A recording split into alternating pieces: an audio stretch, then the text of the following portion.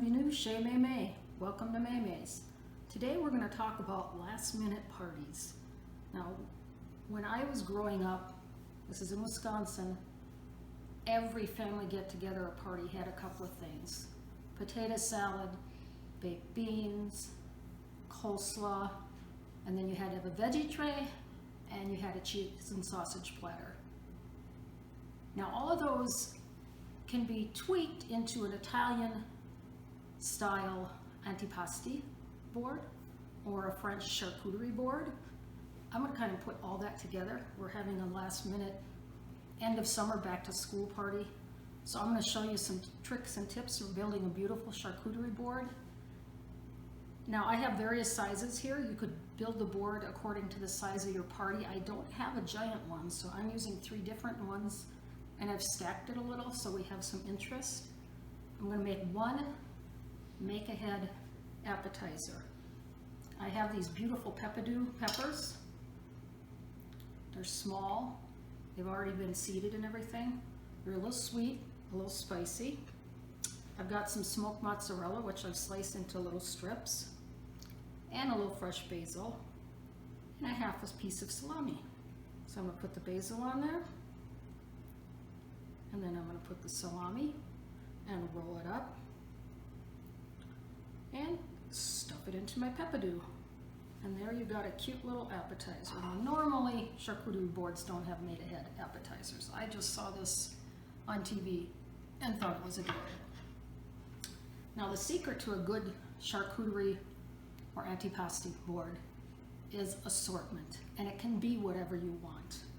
For example, I have some beautiful melon over here, and if I was serving this melon just as a straight up appetizer on itself, I might put a couple slices on there of this beautiful melon.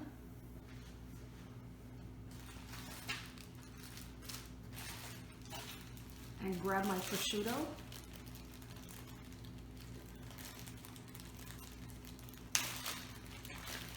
And just gently drape it over the melon. And I've got this slice super thin by the butcher.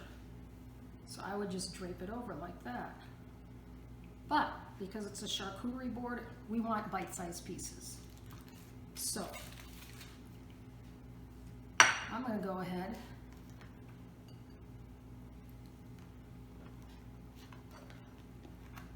and get some pieces of melon.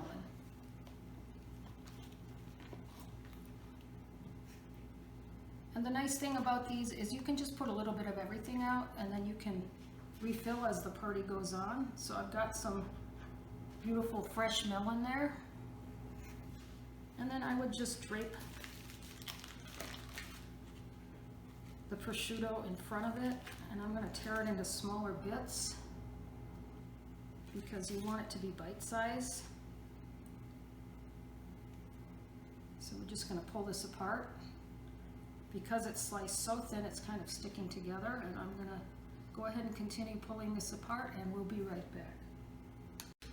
So I said variety is part of the important structure of a charcuterie board. Variety means not only in your product choice, but also in your colors. So I've got the orange, I've got the pink. Okay, I've got some tapenade here. Beautiful green and black olive spread. I've got a garlic and herb cream cheese spread. I've got some homemade hummus. And I bought a lot of these little spoons and little knives so I could spread things like the cream cheese spread. I've got some French cornichons here, which are little French pickles. So this gives a little bit of tartness against a lot of these sweet and creamy elements. And you notice I'm also using all different kinds of serving containers. Gives a little uniqueness to your charcuterie board. Okay, so I'm going to put those on. And it can even go on the counter. I've got some beautiful Greek Charcuterie olives. These are absolutely my favorite. Now they do have pits in them, so nobody in my family will eat them but me, which is all right by me. So we're going to put a few of those out. And then we're going to get some cheese on this board. Now, I read once that the important thing to remember about cheese boards is to have a soft cheese, a hard cheese, and a blue cheese. Nobody in my family likes blue cheese. So I just went with what I like, which I think is really the important thing about a charcuterie board, is go with things that you and your family, you and your guests like. So I've got some aged Irish cheddar. I've got some baby Swiss. And then I've got some lovely smoked fontina. And I've got a cute little knife for cutting the cheeses. Okay, and then I've got some little toasted bread rounds. And those really should go by the tapenade because that's what they're for. And then I've got some homemade pita chips. So I'm going to put those by the hummus.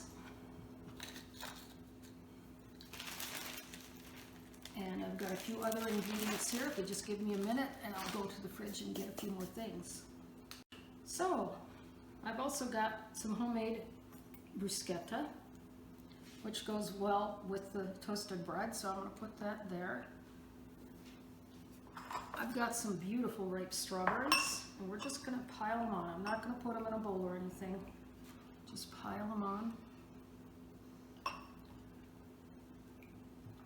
Okay. I've got some lovely grapes over here. Now, you don't want to put this whole big thing on there. You want to break them up into some littler sections for your guests. Okay. And then I'm going to take some of those peppadews and put them on individually. So if people just want one or two of the peppadews, they can have that, or they can have the little appetizer that we made with the peppadews. Got to treat these a little gently or you're going to break the nice little hole that's in them in order to put the salami in there.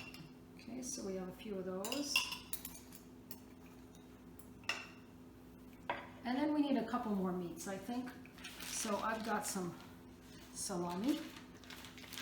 You can use hard salami, Genoa salami, dry salami, whatever it is you like. I'm just going to shingle it out.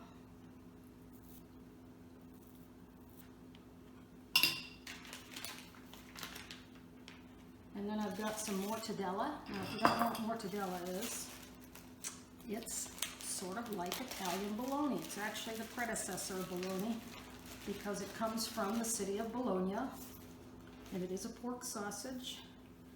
And you can see it's got bits of pistachio in there, and then bits of pork fat. And I know a lot of people are probably saying, yuck, pork fat, but it's delicious, and it's sliced very thinly so you don't get that feel of a big blob of fat in your mouth. Now you could cut these in half, you could shingle them. I'm choosing in this case just to roll them up because I think it looks pretty.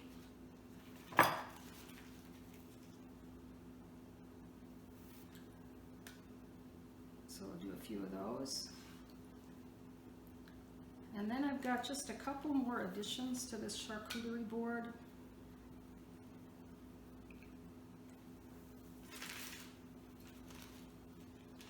I've got some cashews, lightly salted cashews. You could do some mixed nuts, you could do candied nuts, whatever you like. I've got this cute little jar of raspberry honey mustard, and I'm going to actually leave it in the jar, and that way the guests will know exactly what kind of mustard they're getting. And then I've got some chutney. This is a ginger chutney. I'm going to do the same with the chutney. Leave it in the jar. A nice little chutney against some of that cheese is just wonderful. This one actually, because of the ginger, is a little bit spicy, which makes it kind of fun. Okay, so that's everything on our cheese board. I'll be back in a minute. Okay, back to the charcuterie board, the antipasti platter, the meat and cheese board, whatever you want to call it. The last little touch I like is a good balsamic glaze. It's delicious over the strawberries. It's good over the meat and cheese. It's really good on top of this bruschetta, so it's got a lot of great uses. And again, we're talking a last minute party. We're going to make a little Italian soda. So we're going to have some Italian flavored syrup. I've got a raspberry and I've got a peach. And you can put as much of this in there as you want depending on how sweet you like it. Okay, some sparkling water. You can use plain. I happen to have lime in the cupboard, so that's what I'm using today.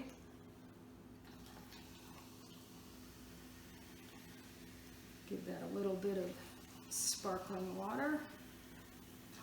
Top that off a bit. Now this is delicious and refreshing just as it is. It's a great summer drink. But when I used to make these for my mother, she liked an Italian cream soda. So we're going to do just a little bit of heavy cream on the top. And it's just going to kind of sink to the bottom because it is heavier than the sparkling water. And then you can just get a spoon and stir it up.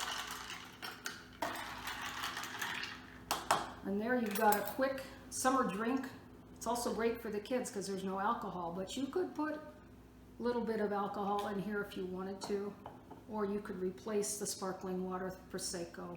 There's a lot of things you could do, but have a great summer party, and we'll see you next time.